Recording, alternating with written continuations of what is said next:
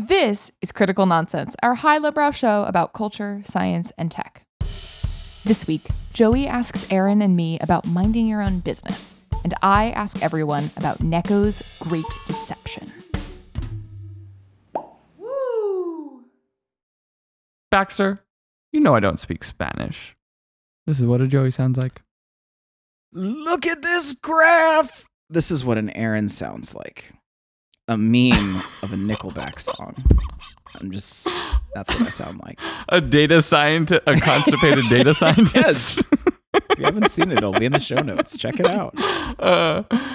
And this is what an executive producer and a person contemplating their decision to drink milk, Jess Vander, sounds like. Hi, this is Jess. Question mark? Milk was a bad decision.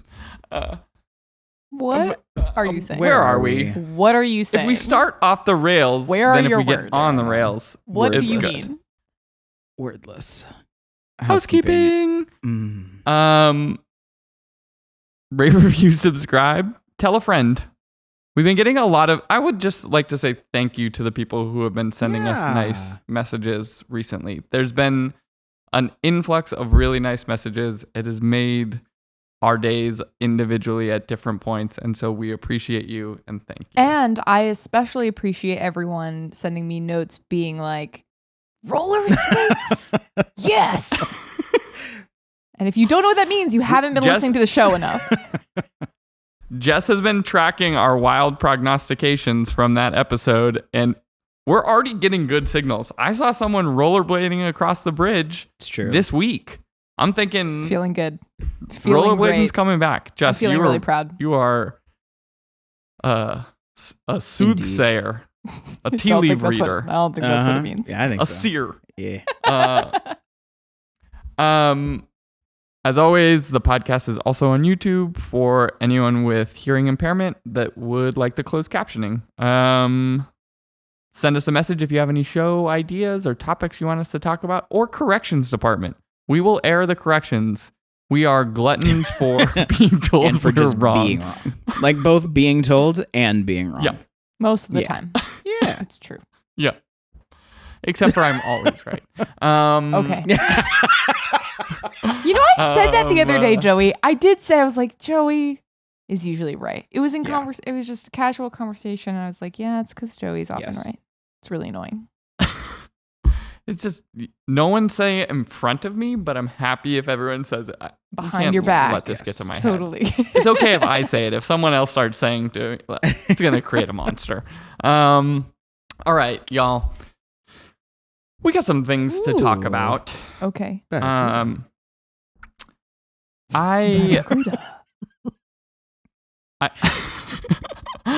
saw a tweet thread maybe a month ago, and it has been stuck in my head for a month. I've been thinking about it both in like the jokes and humor in the thread, and we'll share it, but also in sort of this like individual tweet that was just extremely insightful. So a person named Ryan Ken at Ryan_Ken_Axe, who is like, I think, internet personality, like funny videos, funny tweets, I believe is also an actor, posted something that said, one of the biggest ways people tell on themselves is through the choice not to mind their business. When you do choose minding your business, you can actually decide to share your vulnerabilities intentionally instead of clumsily and by accident. And it's just been like, I'm not joking when I tell you I'm thinking about this every single day. Like this was tweeted on January 9th. And I've been thinking about it every day since then.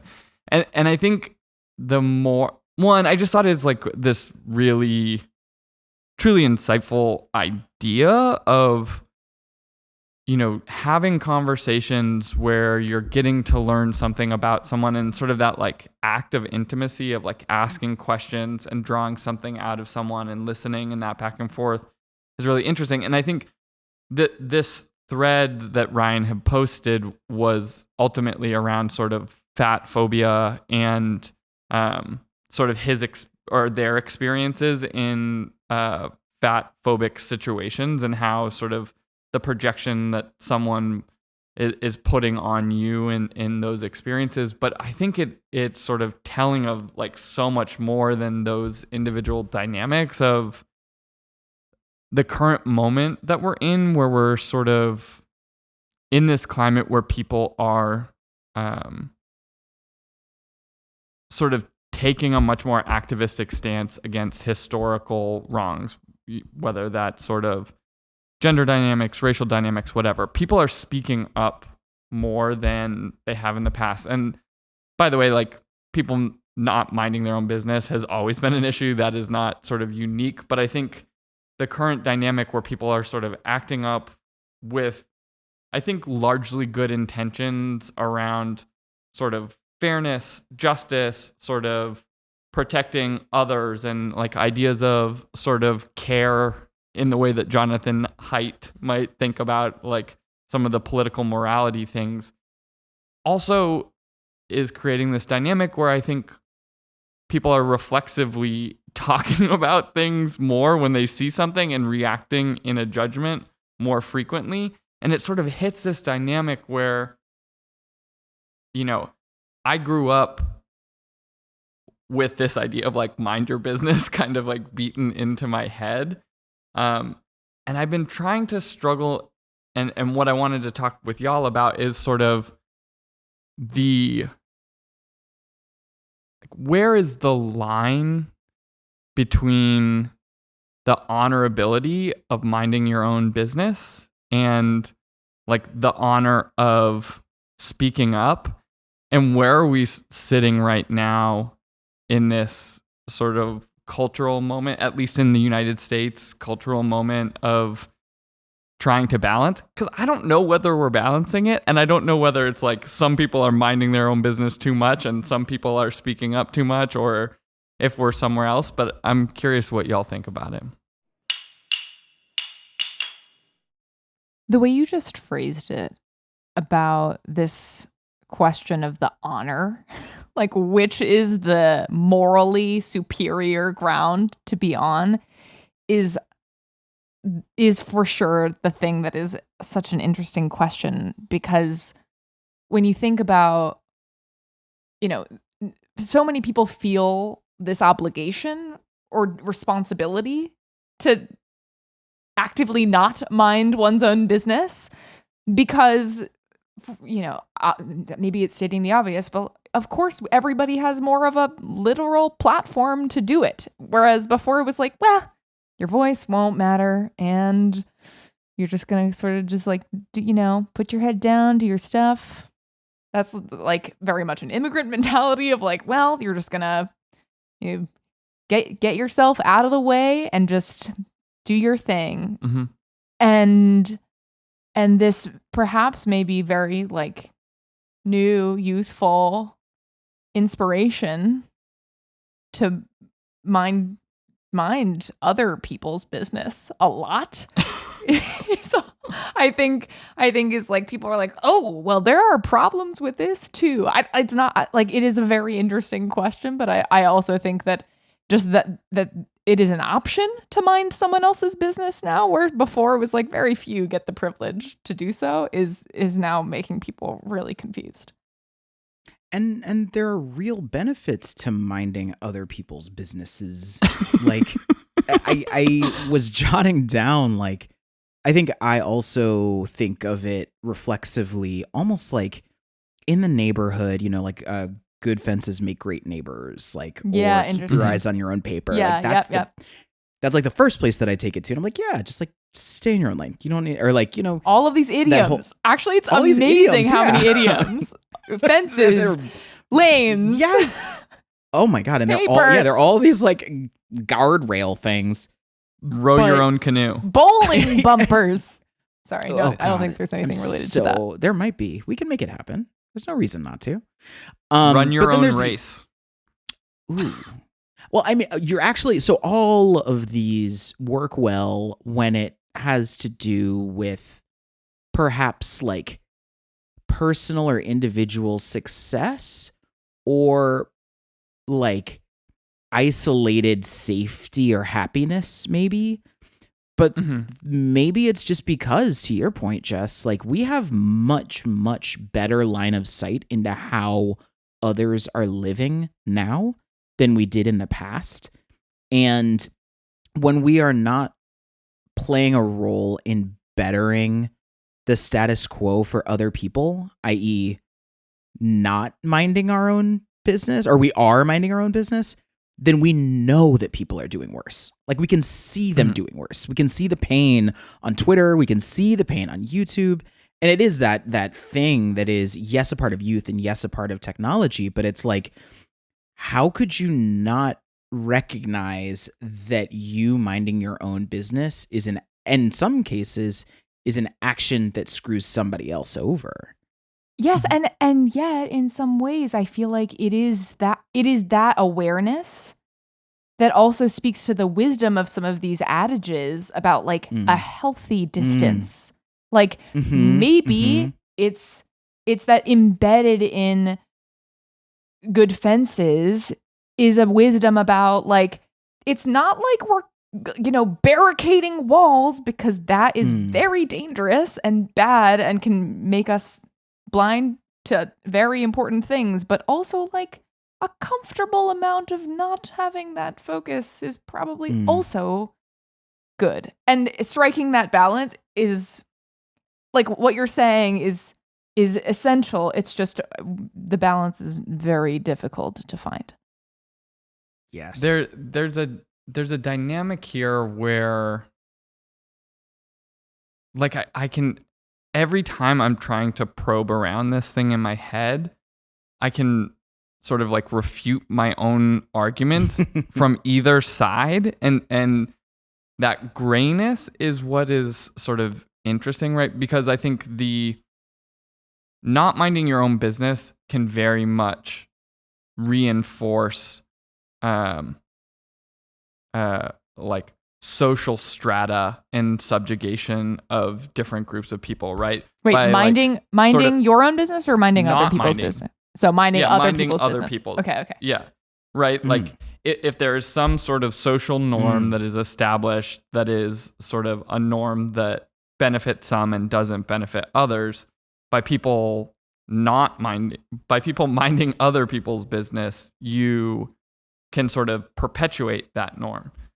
In the same way, if there are instances where there are instances where minding your own business can be like silence is complicit in maintaining sort of those norms, and that's like, so the difference to me is sort of like where's the line between what is sort of a preference and what is sort of moral potentially, and do we need to become better at understanding those distinctions between sort of preference and morality within this like digital ecosystem situation, right? Like if you make something or post something or create art or say something online and it's not hurting anyone, but I think it's dumb, like I probably like I can mind my own business. Like that's like an example where it's like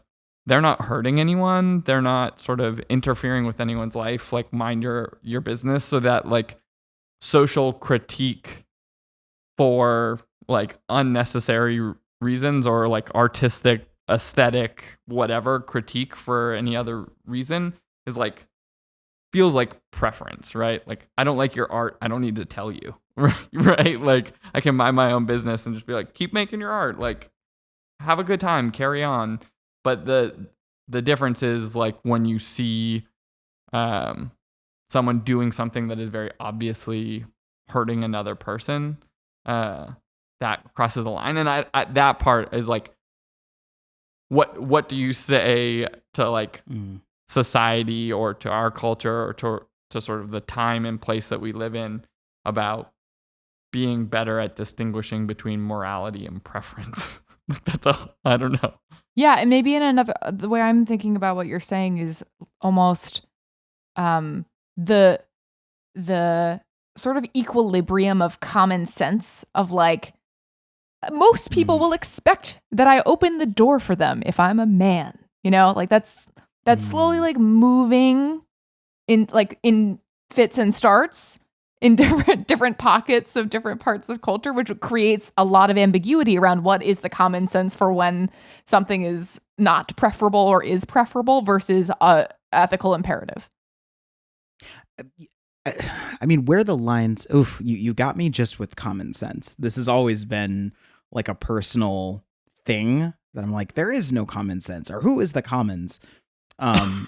Who are the common people? But I think, just to semantify this whole thing even further, I think it depends on what we allow folks to value as their business or what we consider to be our work.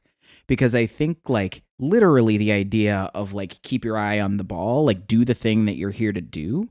If you're someone who feels like a part of what you need to do is to uplift others, then your work is actually in conflict with the statement. Like you need to be looking out for others. You need to be minding the work of trying to tear down that strata by not being silent. But at the same time, I guess you're, I don't know, it can change very quickly if you decide that your work is simply like your business is just to like get rich now. Or not even get rich now, but like it's all about what you need to do, your ascent. I feel like, and I'm pointing those out because I feel like they're the two most common ways, I guess, in this conversation that I think about them, whether it's like personal success and also social awareness. And I don't know what you do with that. I don't know how that sits when it's such an individualistic thing. And we are talking about this in the sort of category of moral, which is universal. Like, how can you let the universal be moral? Is that, or the individualistic be moral? I don't think it can be. I think they're like almost fundamentally in conflict. What is the show on Netflix that has been like a recent hit? Cheer?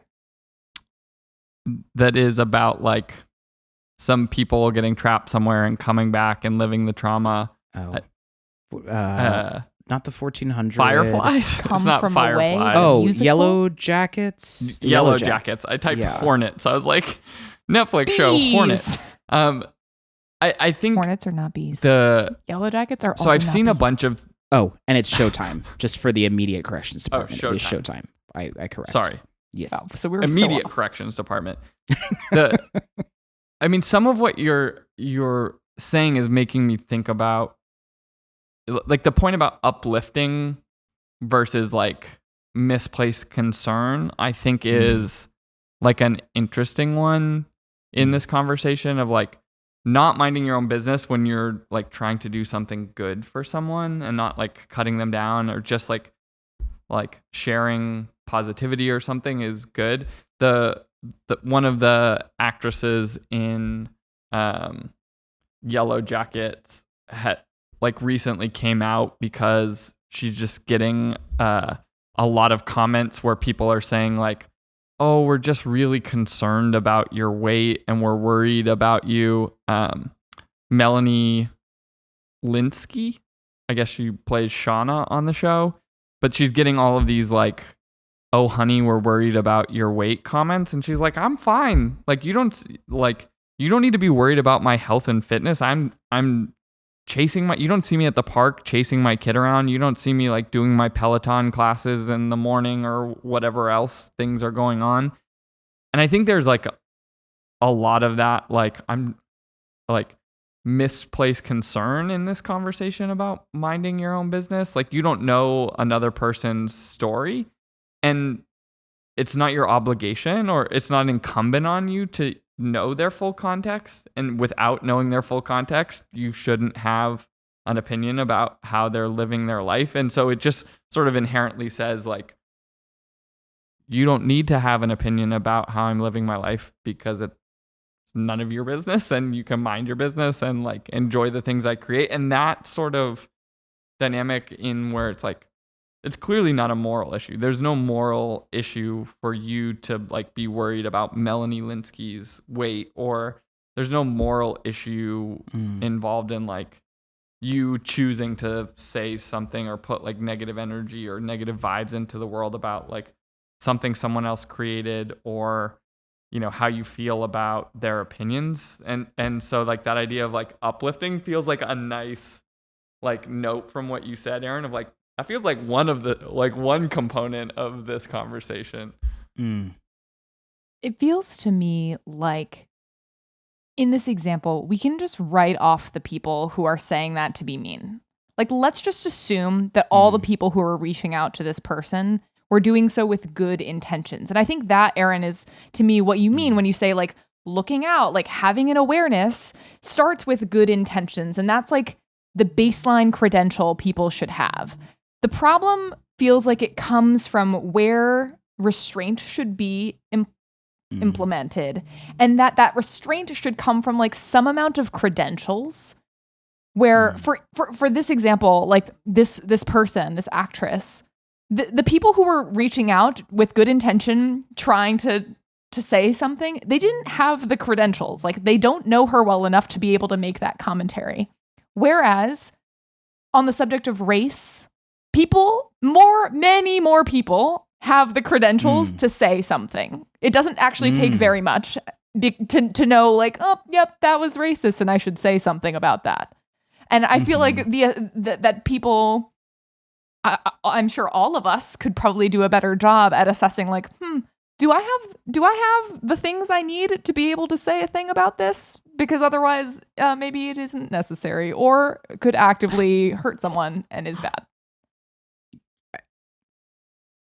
I mean, it is like the now I understand the like the social media valence of this, or like the like that thing of like we all have opinions, but you don't gotta share them, and you certainly even with that, right? Like if you have those credentials of good intent, it doesn't give you the credentials to say everything every time, or obligation. It can be so much pressure to feel like I must bear this burden.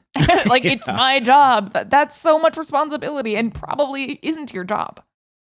Yes. It feels like too the Tressie McMillan Cottom book, like thick conversation that we've had in the past, right? Like the thinness of those conversations, even if you sort of go in with like the generous perspective that those people were well-intentioned, saying something that they're worried about an actress's like health or wellness based on her weight. Like even if we get right, the format is not conducive to convey potentially like the thickness of the sentiment. And so therefore like should not be said, but it still comes back to this like mind your business and the sort of perpetuating of dynamics that are subjugating, right? Like that particular actress is, you know, not a like whatever size 2 model, but she's like healthy and happy. And so people saying like, I'm worried about you based on the fact that she's not a particular like body type or whatever is like their opinion is irrelevant. You know, you don't have a relationship with that person. And so there is that credential factor is like a distance, right? Like if I walk down the street and I see strangers, I have an equivalent like depth of relationship with them to any actress or actor or other person on the social decorum? media. And I'm just like, I'm like, excuse me. Yeah. That would be so much. That would be so much. I'm worried about you. But that's why I'm saying, like, the common sense, yeah. like, how ridiculous would that be? That, like, cannot be our baseline. Well, there's also, there's a good, I believe it's another podcast that I was listening to last summer. I will find it and I'll put it in the show notes. But they were pointing out, like, and this really is about celebrity culture. Actually, no, it's not celebrity culture. It's social media. It's Twitter. It's the fact that you can have like 0.001% of your audience, if you're like a very, very well-known public figure, activate over something. like say I'm worried about you, and you as an individual person looking at your feed, all you're going to see is a never-ending scrolling wall, even though it's such a small group of your overall people. Yeah. And that like is a unique thing Yes. with the internet, Yeah. that it's like amplifying things out of proportion in a way that also can erase good it's another limitation of the medium Totally. to delivering that good intent. It's that amplification that tricks people and like it overinflates their sense of credentials. It's the parasocial relationship that made people think like as her friend, I should tell her I'm worried about her weight. It's like that is right. Yeah. You are not like you don't actually know these don't people. know her. Like what? Yes. Dear Melanie Linsky, Yeah, I haven't seen you in a minute since the last episode of Yellow Jackets. But since I saw you last, I was just worrying about like, no, get the fuck out of here. I mean, I guess it is. That question of, maybe we close with something about like some rule about minding your business. Like, do we each have a mind your business rule? I do. Oh, I definitely do. Mine is put your business mask on yourself before putting it on someone else. I have no idea what that like means. the oxygen mask. Like the oxygen mask. Like, You put it your on business your- mask on yourself. Like Got just it. do you first. Just make sure you set up. Got it. And then you can maybe start minding other people's businesses. Yeah. That makes If your sense. business ain't good, is that like people in glass houses should mind their own business mask? Yeah. Yeah. If you don't take 8 idioms and throw them into a blender, what are you doing on a Friday? I'm just saying. What are yours? Yeah. Do you guys have any? Can I borrow yours? If you wouldn't say it to someone's face, don't say it anywhere else. Yo. That is the realest of real. And that, yes. All right. I'm not. And if snaps. would say it to their face, say it, don't spray it. Yes. I want the news, not the weather.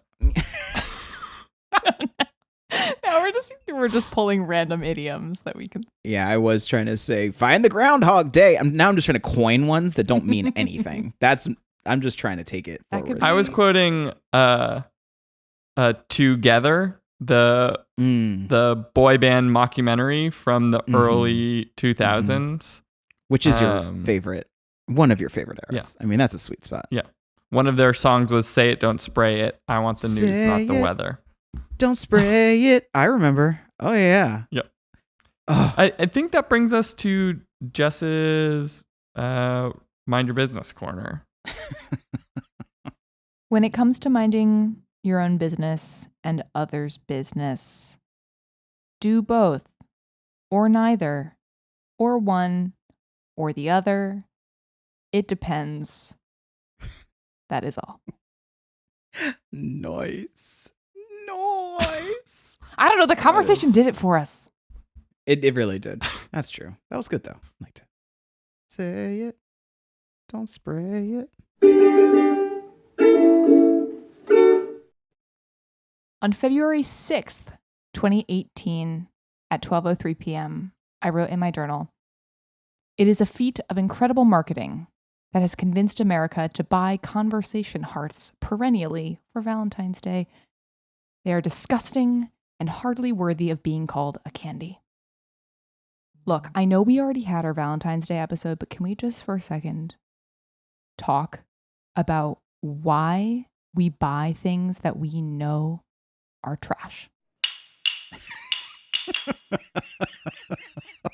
This brings me so much joy. Can I share something? I don't think I've shared this with y'all before. It's very recent.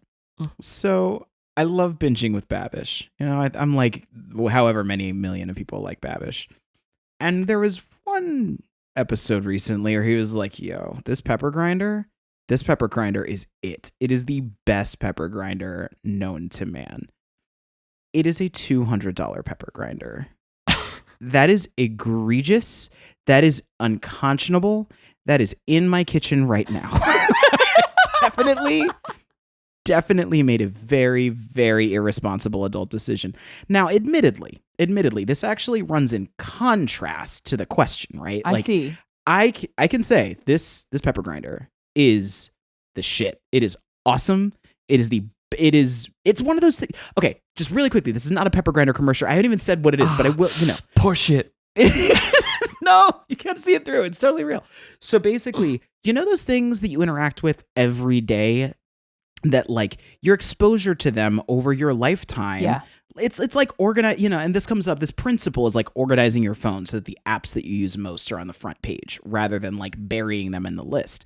When you use a pepper grinder that always makes the perfect amount of pepper and always does what it needs to do for you, it is kind of life-changing because you're using pepper every day, y'all. Mm-hmm. Okay, so maybe this is actually, it literally is the opposite of your question, Jess, but maybe it's a window to the fact that trying it, the opportunity that maybe the thing could not be trash for that 1 in a million time when it's not trash is like, it's liminally, intoxicating. Like there is nothing better than thinking you're going to get trash and it's the bomb. That's my toasty take. Wait, so is this, you've tried the candy hearts, right, Jess? Yeah, please. Oh. Please. Oh. Never mind. You look crazy, girl. I mean, they are, the candy hearts are Necco wafers, Exactly. which are also They're trash already candy, a candy just that's in bad. the shape of a heart. Yes. People know it's bad.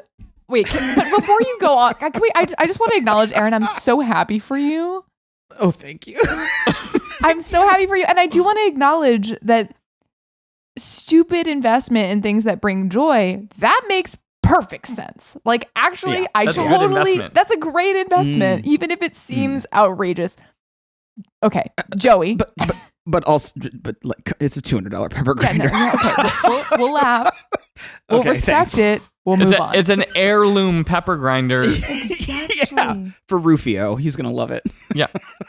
That's Aaron's dog. It is interesting because it's like there are these theories about like technology or towns or things like that. Like if a settlement is created, like if a town is created, it never disappears. Like even if it gets like incredibly small for whatever reason, and they're like incredibly persistent. And the same is true of technology, right? Like there are people who are still using like letter presses. It may become irrelevant, but like if a technology is created for whatever reason, it seems to persist like indefinitely once it becomes of like at least a certain amount of utility at some point. And like it makes me think about like I don't know when Necco wafers, I'm looking it up right now, were invented, but it feels like they're from like 40s. the 1800s. You think the 40s? I think the 40s, and the reason is just because that like tension between utility and nostalgia becomes so messy, and the 40s were it. That was like. Do you want to guess, Jess? When Necco wafers were invented? When? Yes. I don't know. Wartime. 1918. 1847. What? No wonder it's Yep, it tastes like it. disgusting. Yeah. That's like it is like an antique. It is like literally like a dusty ass candy, in metaphorically dusty and literally dusty because you will get powder all over yourself if you eat them. Yes, that's so. And so that funny. part of it is like it feels like this sort of persistent thing based on tradition, right? Like The your Lindy point about effect? like I'm buying it because I bought it, or like I'm buying like I gotta get my kid like Valentine's cards and they come with Necco wafers, so I'll get some Necco wafers. Is Wait, this also, like, Jess, can you Lindy? yeah, is this like the Lindy effect, Yeah. which is where it's like the Yeah. idea that the older something is, like the longer something's been around, the more likely it is to stick around even longer. Which Yes. is interesting for this particular example because it's like you're saying, it's anciently disgusting, but maybe it's found its way somehow into the canon. Yeah, but like, why does black licorice still exist? Why that- do people- jelly people bean like that. companies People still like that. make black licorice People like jelly that. beans? You can't. Oh, yeah, That's a they're preference, okay. Joey. It's like, I mean, I like to Nobody believe that black likes it. licorice. I think that black licorice is kind of similar to like cilantro. I think that there are literally Yeah. some people who taste it differently. I Yeah. think that the receptors are different. That's interesting. I think. I don't know. Black licorice can literally poison you if you have too much of it. So can anything. can. Try again. Try a better argument. So can water. It'll desalinate Yeah, your blood. Come on, man. No, Joey. Come Next. on. No, but I do the like, I guess tradition is the word I was looking for, not nostalgia. And it Yeah. is the Lindy effect then. It is like, if you are just used to seeing it, then it becomes necessary for you to feel the rhythm and the ritual that is a part of being like in a certain group, right? Point of order. I hold my wig. Yes. Explain then the fidget spinner. Oh, shit. Joey, Explain you gotta take something this one. Oh, God. that everyone buys and immediately gets rid of. I've never bought a fidget spinner, even though like I am probably like the target market for fidget spinners. But I've used other people's fidget spinners, and I just like wind up this whole time I've been crushing a three Dove heart candy tinfoil wrappers into a more and more solid cube the entire time we've been recording this. Can you see this like feels little fancy. cube I've created? It's a little foil Yeah. red and silver foil cube. Yeah. A fidget spinner serves a need, but like there are like in that same vein, like dumb things. When Ben and I first started working, we worked on, what the heck was it called? It was someone that was following the Grateful Dead. There's a lighter game where you hold a lighter on the top of your 4 outspread fingers and like No. throw it to another person, and they Oh, have to try and no. catch it in the same way. So Someone made a irresponsible. beanbag version of those and was selling them at FAO Schwartz. No. That like they started just sewing them following the Grateful Dead, and it's like, why does this thing exist? How did it get into FAO Schwartz? How are you making how many $1 million a year? Like with this thing, there is sort of the like Byzantine long tail, like the ability for the long tail to persist as well is sort of weird, right? Like black licorice, maybe at a point where there was so few candy options that it seemed like Let's a good focus idea, on but Necco, still a few okay? people like them. Let's focus on something that we can all agree. I like the white ones and the pink ones. Yeah, those are the only ones that don't taste like boo yakasha. Yeah, I think they're you just know, I like think- two different versions of mint. I want to. Yeah, I think you're right. I also think that there's something about universal utility and novelty in what you're saying, because like the Necco wafer, if it was invented then, I'm now imagining that that's like the part of the earliest like mechanization of the technology that's used to make pills as well, where you just crush powder That makes together. sense. So like maybe like the both the novelty of the like the actual pressing technology, as well as like then people never had a thing like this before, made it stick around longer. Whereas a fidget spinner, like it was rarely directly marketed as actually something to help distract the mind or whatever. It was right. a cool thing that spun around that kids would use in class, and teachers would be like, I'm gonna break your fingers if you don't stop that. Like those little finger skateboards. Yes. Or like just drawing that little S Yeah. thing. Now I'm just getting off track. I'm sorry. That's different. But you're reminding me that candy is sometimes referred to as a novelty, perhaps because of this origin of just like, look what we can do with industrialization. Isn't that awesome? Yeah, we have an extruder and a slicer. Yes. And when you combine an extruder and a slicer, you get these thin little wafers of sugar air Is that how Necco cardboard. wafers are made? You're going to love it. Aaron suggested it was compaction, and now Joey's talking about slicing. Now we have to find out Now how I they're need made to and how know. they were made. Now, as somebody who spends way too many of their waking hours watching episodes of how it's made, and specifically watching candy makers on YouTube, especially one that's in Ohio, I will link him in the show notes. I think that like a lot of the old school or old-timey candy shops as well sort of underscore that. Like the idea of being able to have the technology to have a cooling table where you can heat up sugar to a certain degree and then cool down the melted sugar to a certain degree to be able to manipulate it a certain amount, or just being able to work metal in such a way that you can have a hook that you can throw the molten sugar over to aerate it and to turn it into candy canes. Like, there is a novelty to there's like that instant nostalgia. There's the like, whoa, we've got this new technology that just doesn't go anywhere for like 100 years. Like everybody just keeps making that sort of stuff. And so like, yeah, I could keep using those hooks to hang things on, or I could also use it for this cool novel way that it once was used, which was to melt sugar, throw it around and turn it into candy canes. Hot take, I hate candy canes. They're crap. What? Yeah, I think they're terrible. They're dangerous. They're little swords. They're bad. They're bad. Is the moral of this story that like all candy is bad? To me, is that what yes. we're netting out? I think candy all is candy disgusting. before a certain time. Oh yeah, no, all candy is awful. Give me a baked good. Candy? Yes. All I don't candy? want. Yes, all. I mean, okay, all right. I'm not gonna be that. You're right. That's too hot. Let me take it down to 97.8. So I think. And this comes from a person who doesn't like chocolate. This comes from a person who also has sensitive teeth. Not that candy did anything with that. But like, give me a cookie, give me a cupcake, give me a slice of cake.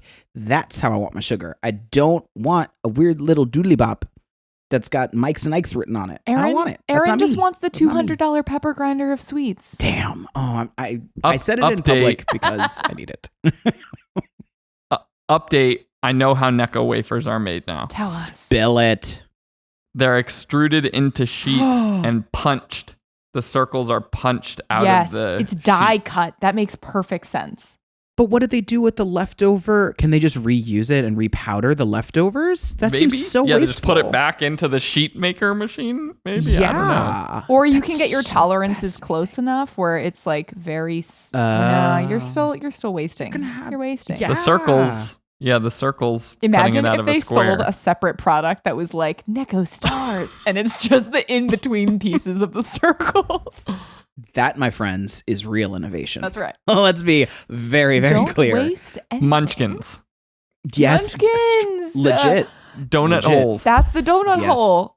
Right there. That's the donut hole. Well, I guess what have we learned from this? We've learned that generally everyone is in agreement that the hearts are trash. True. Yup. We've learned that candy seems to be particularly persistent, potentially sort of because of the Lindy effect, the introduction of a bunch of industrialized candy in the 1800s that just stuck around, and we have Mary Jane's and bit of honey stuck in our teeth. Gross. And we also learned that Aaron really loves his pepper grinder. And it was a good investment. And if you have opinions about it, mind your business, because it brings him joy. And he's not hurting anyone with his fancy pepper grinder. You wrapped our corner so nicely. That's the best. Crisp real good. folds. And just spicy enough that like a good telecherry feels appropriate. Yeah. I like that. What's a telecherry? It's a pepper. It's a pepper type of kind of pepper. Like a, pepper seed. yeah. Like a pepper seed that's in a peppercorn. Pepper seed. Joey, it's the ultimate pepper seed. Come on. Is it really the ultimate one? Yeah. Like that's level 1 spice. Are you serious? Critical Nonsense is a Sylvain production. Brought to you by the makers of telecherry peppercorns. I don't know why they're from this place, but enjoy them. I don't know about that. As always, we'd like to thank executive producer and Eros of the podcast world, Jess Vander. We'd also like to thank sound engineer and the man who minds our business every week, Alex Contel. Thank you, sir. We'd like to thank programming coordinator and man who would fight you over an ice cream cone, Les Jacobs. And Sarah Gilbert, Nora Mestrich. Did we hit Les Jacobs? Have we hit everybody? Yes. We need to make sure that Les is re-mentioned as our own Yellow Jackets and those who make this show happen every week. Thank you, friends. And as always, thanks, Elen. Sorry, Elen. Sorry. Special thanks to Aaron, you the failed kind to... people who make... Did I Go feel... Who? What'd I Aaron, do?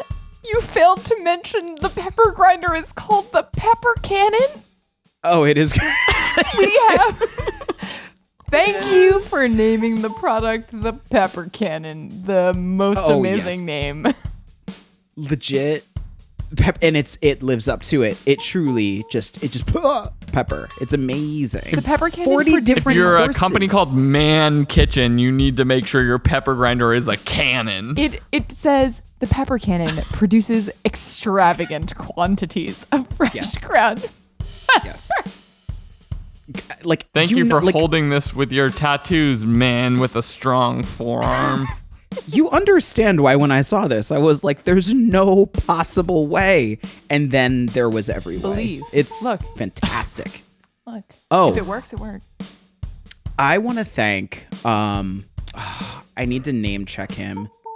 There is a YouTuber he's a very, very popular YouTuber in music theory who did a breakdown of why the key change in All By Myself, the Celine Dion version specifically, is the best in pop music history. It is a half an hour. It's worth every minute. It is every part of a music theory nerd plus a pop culture nerd's popcorn moment. And I will pull up the name while we thank other people as well. All by Anymore. Just my God. Oh, steady. We'd like to thank the wonderful people at the Necco Company. We certainly would not want to in any way damage your business. Everyone go buy these door stoppers shaped like hearts and eat them. They exist. The first question for search is Necco still in business? There we go, y'all. Necco wafers are discontinued, but they're still making the hearts. Because they know it's good 2018 for was them. apparently a bad year for Necco wafers. I'd like to thank High Contrast Photography to make sure that I feel like a real man with my pepper grinder. Oh, I'd also like to explicitly thank Adam Neely, who is the YouTuber that did the video with Celine Dion. I'm sorry, I had to interject to do Is that. he the one that also did the video about Olivia Rodrigo and Paramore, showing the relationship to it that Lucas sent? I'm gonna have to take a look at that. I can't remember. That might I'm be gonna- why I was fed this. That could be If true. it's him, I'm like, he is very good. It was like all about music theory of like chord changes and why. Oh, yeah. That sounds like it. This has been good. This has been our YouTube rabbit Yeah, hole this we week. did it. We did it. I think We that's did it, it. right? Yeah. Thank you. You're welcome. We're sorry. Goodbye.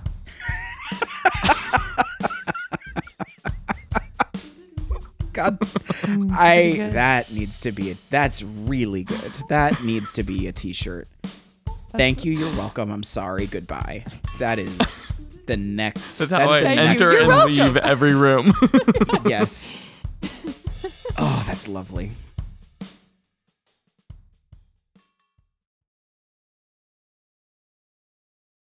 Hands down, this is the best podcast that... No, that didn't work. I'm starting over. This is what a Joey sounds like. All right, Nope. Let me just start over. Ready?